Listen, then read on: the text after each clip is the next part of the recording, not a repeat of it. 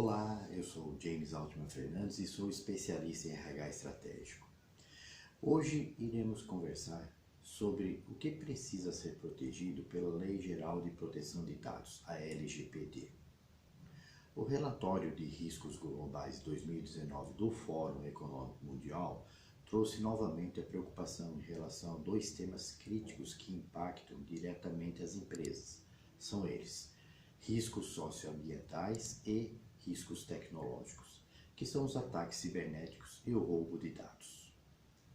Acompanhando a evolução histórica do cenário, vem à tona a crescente preocupação com vazamento de dados e privacidade digital. Assim sendo, vamos trazer ao foco a nova legislação geral para a proteção de dados. Trata-se da Lei 13.709, de 14 de agosto de 2018, e da Medida Provisória 869, também de 2018, que entrariam em vigor em agosto de 2020, mas foi postergada para 3 de maio de 2021.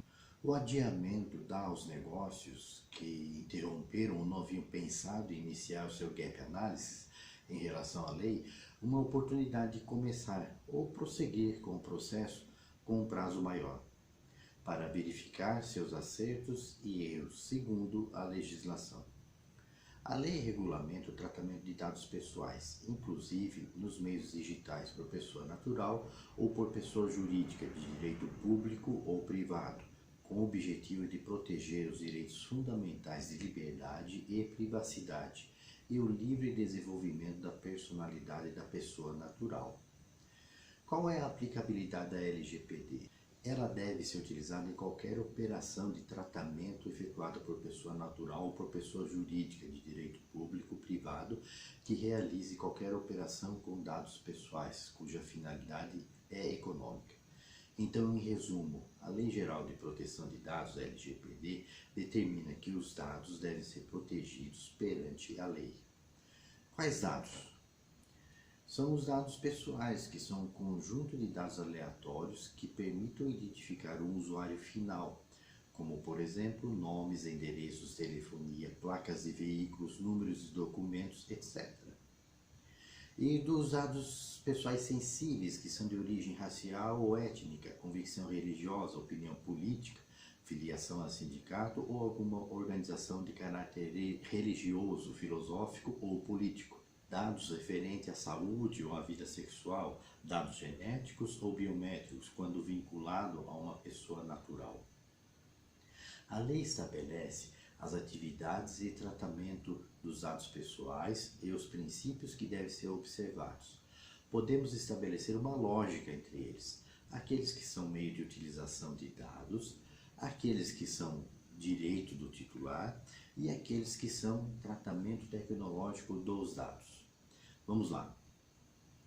Quanto à lógica dos meios de utilização de dados. Número 1. Finalidade. É a realização do tratamento para propósitos legítimos, específicos, explícitos e informado ao titular, sem possibilidade de tratamento posterior, de forma incompatível com essas finalidades. Número 2. Adequação. É a compatibilidade do tratamento com finalidades informadas ao titular de acordo com o contexto do tratamento. Número 3. Necessidade. É a limitação do tratamento ao mínimo necessário para a realização de suas finalidades com abrangência dos dados pertinentes, proporcionais e não excessivos em relação às finalidades dos tratamentos de dados. Número 4. Não discriminação. É a impossibilidade de realização do tratamento para fins discriminatórios, ilícitos ou abusivos. Quanto à lógica dos direitos do titular. Número 1. Livre acesso. Garantia aos titulares de consulta facilitada e gratuita sobre a forma e a duração do tratamento, bem como sobre a integralidade dos seus dados pessoais. Número 2. Qualidade dos dados. Garantia aos titulares de exatidão e clareza, relevância e atualização dos dados de acordo com a necessidade para o cumprimento da finalidade do seu tratamento. Número 3. Transparência. Garantia aos titulares de informações claras e precisas, facilmente acessíveis sobre a realização do tratamento e os respectivos agentes de tratamento, observados os segredos comercial e industrial. Quanto à lógica do tratamento tecnológico dos dados. Número 1, segurança. Utilização de medidas técnicas e administrativas aptas a proteger os dados pessoais de acessos não autorizados e de situações acidentais ou ilícitas de destruição, perda, alteração, comunicação ou difusão. Número 2, prevenção. Adoção de medidas para prevenir a ocorrência de danos em virtude do tratamento de dados pessoais.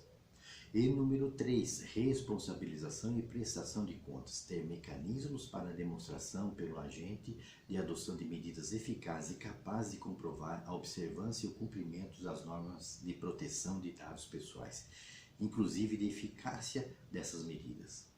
Mas se eu não observar nada disso, quais são as sanções administrativas previstas na LGPD? Bom, as sanções administrativas aplicáveis pela autoridade nacional, conforme o texto da lei, são rígidas para os casos de infrações cometidas.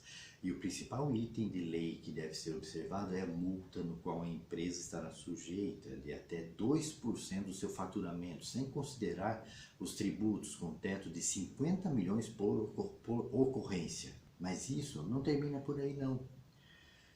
Vale ressaltar outras sanções aplicáveis pela lei com efeitos tão negativos quanto a multa pecuniária.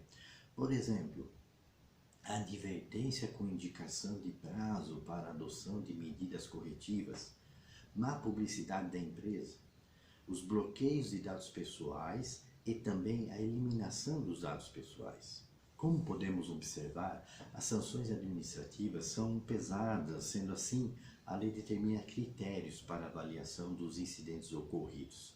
Os critérios que irei falar agora podem agravar ou atenuar a aplicabilidade das sanções. Critério 1. A gravidade e a natureza das infrações e dos direitos afetados. Critério 2. A boa-fé do infrator. Critério 3. A vantagem oferida ou pretendida pelo infrator. Critério 4, a condição econômica do infrator. Critério 5, a reincidência. Critério 6, o grau do dano. Critério 7, a cooperação do infrator. Critério 8, a comprovação de adoção de medidas e procedimentos internos capazes de minimizar o dano. Critério 9, a adoção de política de boas práticas de governança. Critério 10, a pronta adoção de medidas corretivas. E critério 11, a proporcionalidade entre a gravidade da falta e a intensidade da sanção.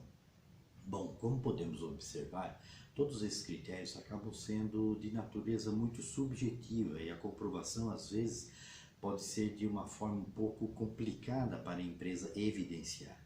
Assim sendo, salientamos que a melhor forma de evitar sanções é começar imediatamente a avaliar o cenário da sua empresa, entendendo em qual nível de conformidade e maturidade ela se encontra. Então, vamos às dicas que eu tenho para lhe dar, de forma que você possa buscar a conformidade com a LGPD.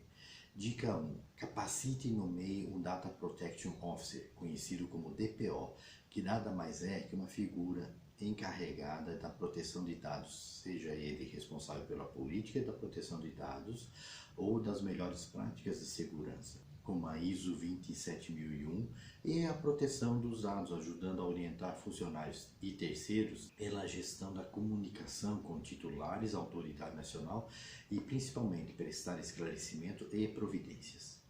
Dica número 2. Execute o mapeamento dos dados, identificando o seu ciclo de vida, identificando as formas de coleta, armazenamento, compartilhamento, transmissão e descarte dos dados.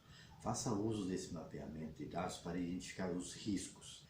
Dica número 3. Criar uma política de segurança, proteção de dados alinhadas à LGPD e garanta a aplicabilidade, tornando a informação pública em toda a organização. Dica número 4. Demonstre clareza na comunicação. O titular do dado tem o direito de decidir sua forma de utilização. Assim sendo, deve conter de forma clara e evidente a finalidade do uso das informações. Não esqueça de documentar o consentimento do cliente. Dica número 5. Proteja seus dados utilizando processos bem estruturados e com técnicas que garantam a segurança dos dados pessoais. Pratique os controles de segurança, criptografia, anonimização e principalmente os controles envolvendo cibersegurança. O que eu quis demonstrar aqui de forma muito macra são os principais pontos da Lei Geral de Proteção de Dados.